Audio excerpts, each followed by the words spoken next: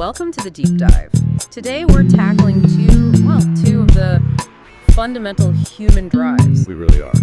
On one hand, you have this massive, almost impossible quest to conquer death, and on the other, the much more intimate, age-old drive to just make a connection. It's a fascinating contrast. We've got sources that take us from cutting-edge science, literally biological time travel, all the way to the subtle psychology of, attraction and desire. Exactly. So we're bridging these two worlds. It feels like two sides of the same coin, really. Humanity pushing against its limits. We're going from a cryogenic lab where people are trying to literally pause biology, all the way to decoding those split-second signals that, determine if two people are going to connect. And our mission today is to find the patterns, the underlying science in both of these intense and sometimes, let's be honest, seemingly irrational pursuits. Okay, so let's start with the massive, the pursuit of longevity. Biological time travel. Right. And our source material here gives us this really fascinating look at Laura Deming. She's the founder of a pioneering cryopreservation company. And, this is a person who got serious about mortality when she was just 8 years old. 8? Incredible. Yeah, she was homeschooled in New Zealand. And when she first jumped into this field, it was hugely stigmatized. Researchers basically had to hide that they were interested in it. And you can really see how far the field has come just from that origin story. The ultimate idea they're chasing is, as you said, biological time travel. So what does that actually mean? The concept is actually pretty simple. You take an organism, or even just an organ, you stop its biological clock. Freeze it. Well, you stop it.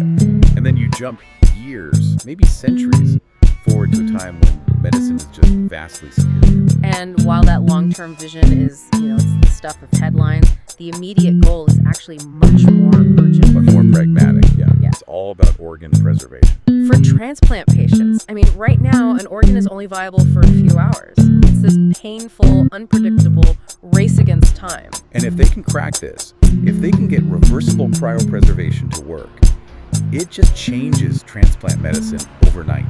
That whole race against the clock, it just disappears. So how do they do it? What's the main obstacle? It really boils down to one huge technical challenge. Yeah.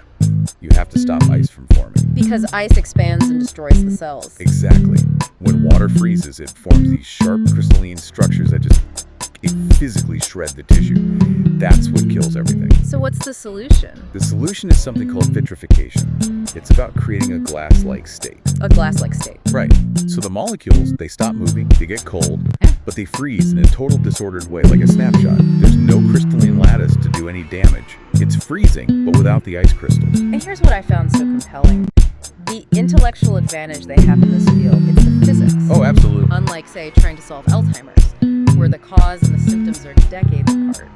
Cryopreservation deals with one clear physical thing you can measure. Temperature. Exactly, temperature. And when you're dealing with physics, you can model it.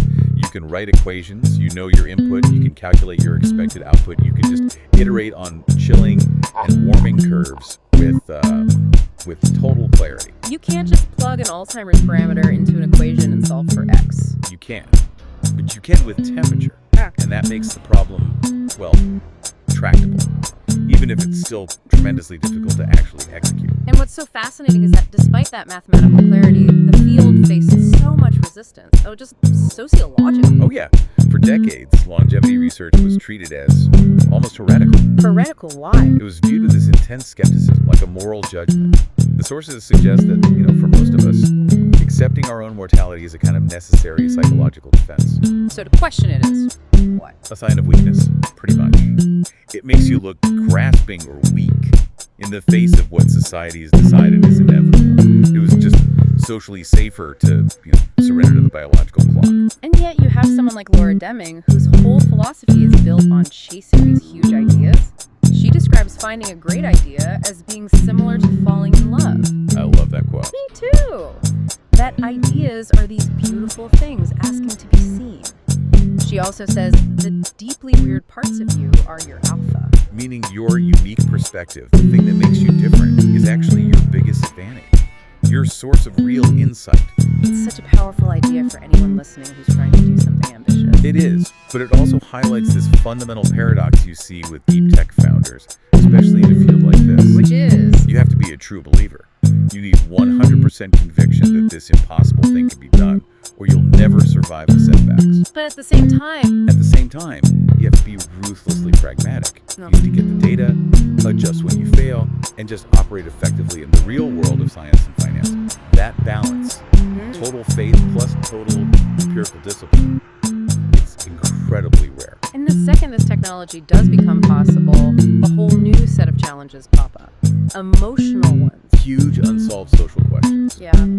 How do the loved ones who are still living their normal lives process a family member just choosing to enter stasis? It's a trade-off. A future possibility in exchange for a very present, very profound absence. Science can't solve that emotional equation, and that's actually a really good bridge to our next topic. How so? Because whether you're dealing with the subtle physics of temperature or the subtle language of attraction, success comes down to reading signals that challenge your assumptions. Yeah. Signals most people just miss. Exactly. So we've talked about this ultimate challenge to our biology. Now let's pivot to the ultimate driver of our behavior, connection. And the science here is just as nuanced, but the signals are behavioral, not physical. The nonverbal world tells the most honest story. It really does, especially with initial attraction.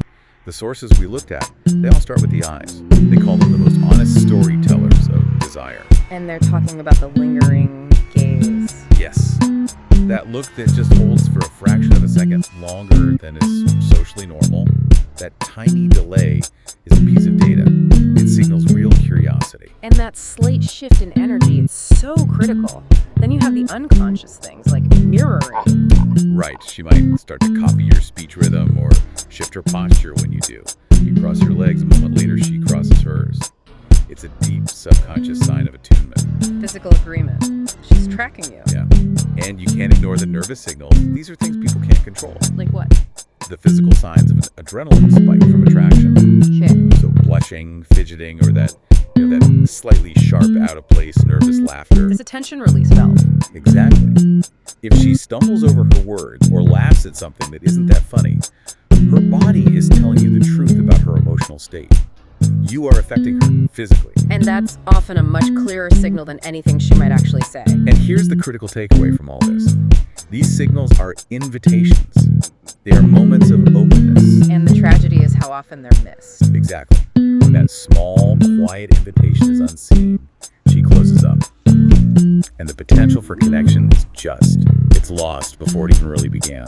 Okay, so moving from that initial attraction to the deeper dynamics of intimacy, the sources point to the underlying neurochemistry of bonding and how it creates these huge chances for misunderstanding. That's right, because the main bonding agent, oxytocin, it just works differently in men and women. How so? For women, oxytocin triggers this deep emotional attachment. It's released heavily during arousal and climax, which links physical pleasure directly to emotional safety. That's why foreplay and emotional connection are so critical for her. Okay, but for men it's different. For men, climax is this massive dopamine rush. The reward system just lights up. Oxytocin is released, but its primary job is more physical pushing out fluids. It doesn't create that same profound emotional bond that it does for women. The reward is mainly physical satisfaction. Right, so if men aren't getting that deep emotional bond from the oxytocin, how do they bond? The answer is often through active physical engagement. Which brings us to the drunk octopus technique. Yeah, very vivid term. We need some context on that one. Okay, so it describes a scenario where a partner is just passive.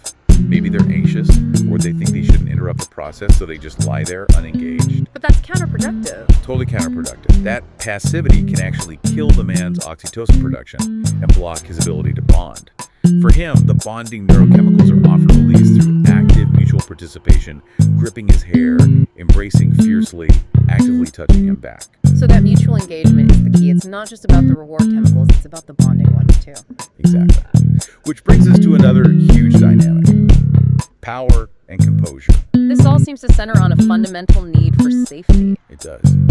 Our sources say women will often test a man's composure. Maybe she'll disagree with him suddenly, or withdraw affection, or just take a while to reply to a text. And this isn't to push him away. No, it's a security check. Is his calm real? Is he fundamentally safe? Can he handle emotional turbulence without breaking? So the response is everything. And there's a real difference between true indifference or maybe self-respect and just being cold. A huge difference. Yeah. Coldness is an attack, or or an emotional withdrawal. Self-respect is about maintaining your own stillness. Your own internal peace. Yes. The one who can maintain that emotional stillness, he signals that her behavior doesn't control his emotional state. If he just pauses, stays unruffled, her fear dissolves. He earns this incredibly deep trust because he's proven he's an anchor. And this kind of emotional liberation, it seems to get stronger with age. Our sources point to this massive shift in women after 40. Oh, it's a huge shift. They stop people-pleasing. They talk about it like dumping the backpack of rocks, all that accumulated pressure from society. And this leads to what? Often a much more focused and intense sexuality. They're clearer about what they want, they discard anxiety about how they look, and they just reject polite sex. Polite sex, the sort of obligatory, inauthentic engagement. Exactly. And speaking of rejecting norms, we have to talk about the ultimate performance standard. Physical readiness. Right. Our sources explore intimacy in situations like sex without an erection, and what that reveals. And what does it reveal? It reveals how much unnecessary weight our culture places on this one single symbolic indicator of masculinity. When you take that kind of physical performance out of the equation, the focus shifts. It shifts to what? It shifts entirely to presence, to shared attention. Intimacy becomes about genuine connection and vulnerability, not about the body's perfect response. So to wrap this up, let's talk about emotional clarity for both partners. Yes. Sources stress that for men, achieving that calmness, that emotional control, has to happen before he tries for a verbal connection. And for women? For women, whose emotional logic can often define their reality, the key is giving clear direction. It helps both partners. To prevent that confusion? Vital.